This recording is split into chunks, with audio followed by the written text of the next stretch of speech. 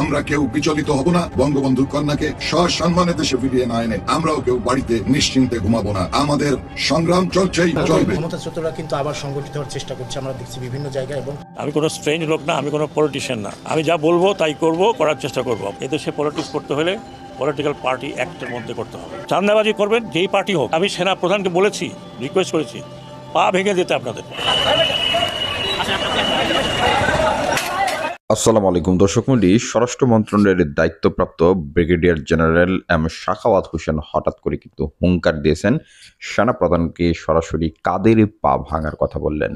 তিনি সরাসরি সেনাপ্রধানকে বলে দিয়েছেন যে এদের পা ভেঙে দিতে হবে। দর্শক মণ্ডলী, এই সম্পর্কিত আমাদের হাতে দুইটি ভিডিও রয়েছে। তার পাশাপাশি 15ই আগস্টে কেন্দ্র করে আওয়ামী লীগ কী ধরনের পরিকল্পনা হাতে নিতেছে, অর্থাৎ তারাও কিন্তু রাজপথে নামার জন্য একদম উদ্গ্রীব হয়ে আছে এবং ইতিমধ্যে দেশের বিভিন্ন জায়গায় তারা কিন্তু মহড়া দিতেছে, সড়ক অবরোধের মতো ঘটনাও কিন্তু ঘটেছে। সব কিছু মিলিয়ে আজকে ভিডিও অত্যন্ত গুরুত্বপূর্ণ হতে যাচ্ছে।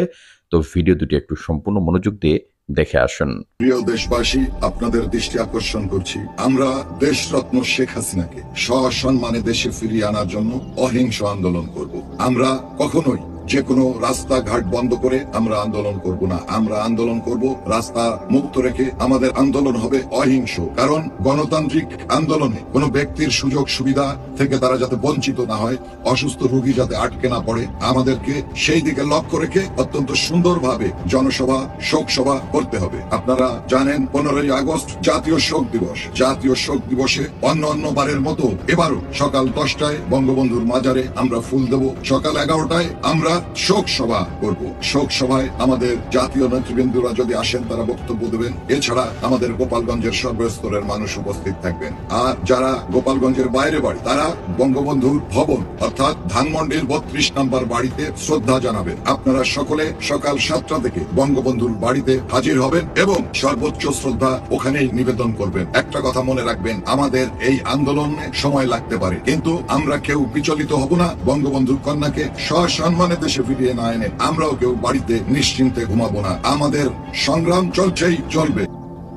ক্ষমতাচ্যুতরা কিন্তু আবার সংগঠিত হওয়ার চেষ্টা করছে, আমরা দেখছি বিভিন্ন জায়গায়। এবং তারা কিন্তু আমি জানি না রোগ জড়ো করুক আর যাই করুক, আমি আপনাদের কাছে অনুরোধ করি এমন কিছু করবেন না যে আপনাদের জীবন বিপন্ন হয়। কারণ এদেশের পাবলিক এখনও আপনাদেরকে গ্রহণ করতে আসেনি। আমি বরং মনে করি আপনারা আপনাদের পার্টি রিঅর্গানাইজ করেন। এই পার্টির অনেক অবদান আছে বাংলাদেশে, এটা আমরা ডিনাই করতে পারি না। পার্টিকে রিঅর্গানাইজ করেন, একটা পলিটিক্যাল পার্টির মতো যেভাবে থাকে। ইলেকশন আসলে ইলেকশন কন্টেস্ট করবেন, জনগণ ভোট দিলে ভোটে যাবেন। এই এই এই এই এই কী বলে, এই স্বপ্নটা যদি আপনারা দেখেন তাহলে কি করবেন? আপনারা এই দেশকে আরেকজনের হাতে তুলে দেবেন। তাহলে কি আপনারা বা আপনাদের পূর্বপুরুষরা, আমাদের পূর্বপুরুষরা, আমরা এখানে অত সিনিয়র কেউ নেই। আমরা যে মুক্তিযুদ্ধ করলাম, মারা গেল 30 লক্ষ লোক মারা গেল, সেই 30 লক্ষ লোকের উপরে দাঁড়ায় আপনি দেশকে আরেকজনের হাতে তুলে দেবেন।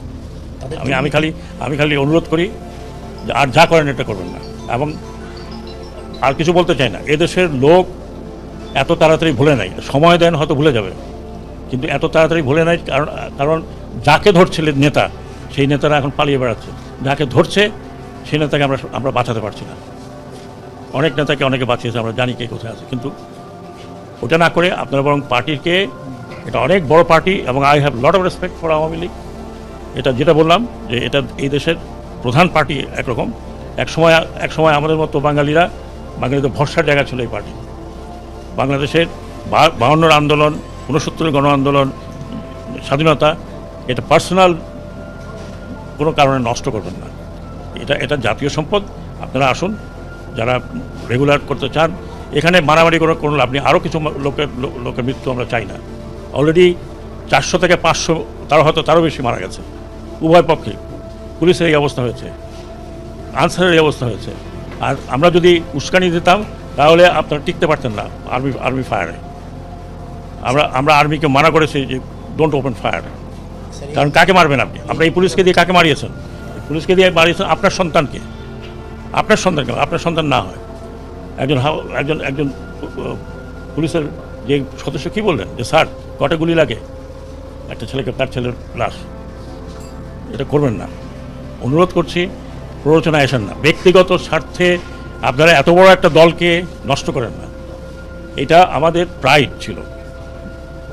বঙ্গবন্ধুর স্বপ্ন ছিল, নষ্ট করবেন না, এটা আপনার নষ্ট করার কোনো অধিকার নাই, এটা বাংলাদেশের সম্পত্তি। আর এই যদি স্বপ্ন কেউ মনে করে যে এইটা করে আবার একটা কাউন্টার রেভলিউশন করে আসবেন, কাউন্টার রেভলিউশন করতে হলে আপনাকে হাজার হাজার লোকের রক্ত বহাইতে হবে। যদি আপনারা সেই দায়িত্ব নিতে চান তাহলে নেন, আমার কিছু করার নেই ভাই। আমি ওই জেনারেশনে, যে জেনারেশন পাস হয়ে যাচ্ছে, কিন্তু এই ইয়াং জেনারেশনকে আরেকটি কথা বলি, যারা বলছেন না যে কথাটা উঠিয়েছেন, ওঠানো উচিত হয়নি। আমাদের যে ইয়াঙ্গার জেনারেশন, এরা করেছে, কোনো পলিটিক্যাল পার্টি করে নেই। They have given their life, যেটা আপনারা কোনো দিন দিতে পারতেন না। বুকে দাঁড়িয়ে আছে পুলিশের গুলি খাওয়ার জন্য, তাদের মুখে কোনো দুঃখ নাই, দে অল স্মাইলিং। এটা যতদিন আছে, এরা যতদিন আছে, আমাদের কথা বাদ দেন, আমরা দৌড় দেবো। এরা যতদিন আছে এরা দৌড়াবে না, they will face you. So please, আমি অনুরোধ করছি, একজন সিনিয়র সিটিজেন হিসেবে আমি জানি political people are don't like me, but আমি একজন সিনিয়র সিটিজেন হিসেবে বলছি যে দয়া করে দেশটাকে স্বাধীন রাখেন। স্যার, একটা ভিন্ন বিষয়ে বলবো যে কালকে একটা ঐতিহাসিক ডিসিশন নিয়েছেন, পুলিশের লোগো আর ড্রেস চেঞ্জ হবে। এটা কি শুধু এই তাদের 11 দফা দাবির ভিত্তিতে করছেন, না আপনাদের কর্মপরিকল্পনার অংশ? না, এটা আমি কর্মপরিকল্পনা জানি না। আমি জানি যে এটা পুলিশের নিজেরাই বলেছে, এটা আমাদের কলঙ্কিত একটি, সবাই যে খারাপ তা তো না। দর্শক মূল্য, আপনারা এতক্ষণ ধরে কিন্তু দুইটি ভিডিও দেখে এসেছেন, সেগুলোর আলোকে আপনার মূল্যবান মন্তব্য অবশ্যই কমেন্ট বক্সে লিখে যাবেন। আপনারা জানেন যে বাংলাদেশে একটা গণঅভ্যুত্থানের মাধ্যমে কিন্তু নতুন অন্তর্বর্তীকালীন সরকার গঠিত হয়েছে, এবং সবকিছু মিলিয়ে এখানে স্বরাষ্ট্র মন্ত্রণালয়ের যে দায়িত্ব পেয়েছেন অবসরপ্রাপ্ত brigadier general M Shakhawat Hossain, তিনি বাংলাদেশের সাবেক একজন নির্বাচন কমিশনারও বটে। তার যে কথাবার্তা, এবং তিনি চাঁদাবাজদের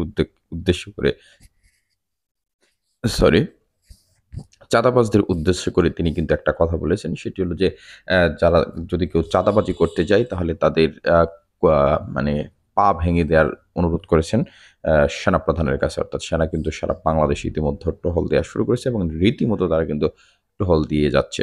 সবকিছু মিলিয়ে বিষয়টি একেবারেই যে উড়িয়ে দেওয়ার মতো তা কিন্তু নয়। আপনারা জানেন যে আবার আজকে কিন্তু এই স্বরাষ্ট্র মন্ত্রণালয়ের উপদেষ্টা পদে যিনি নিযুক্ত হয়েছেন, তিনি কিন্তু আবার একটা বিতর্কিত মন্তব্য করে বসেন। তিনি বলেন যে আওয়ামী লীগকে এখনো নিষিদ্ধ করা হয়নি, আপনারা আপনাদের দল গুছান। এই বিষয়টি কিন্তু বৈষম্যবিরোধী ছাত্র আন্দোলনে অনেক নেতাই মুখ খুলতে শুরু করেছে যে তিনি কি আসলে আওয়ামী লীগের কোনো এজেন্ডা বাস্তবায়ন করতে চাচ্ছেন কিনা।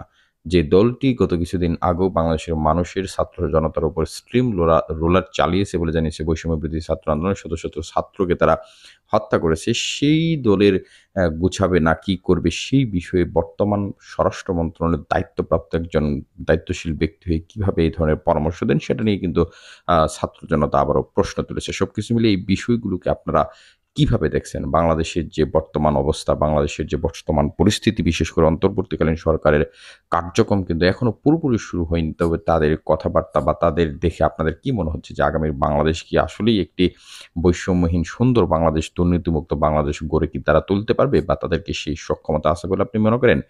যদি আপনি মনে করেন তাহলে অবশ্যই কমেন্ট বক্সে লিখে জানাবেন, আর যদি মনে না করেন সেটি অবশ্যই কমেন্ট বক্সে লিখে জানিয়ে দিতে ভুলবেন না। তার পাশাপাশি আপনারা পরবর্তী আপডেট পেতে এখন পর্যন্ত যারা আমাদের এই চ্যানেলটিকে সাবস্ক্রাইব করেননি, চ্যানেলটিকে সাবস্ক্রাইব করে পাশে থাকা বেল আইকনটি বাজিয়ে সাথে থাকবেন। ধন্যবাদ সবাইকে। আসসালামু আলাইকুম।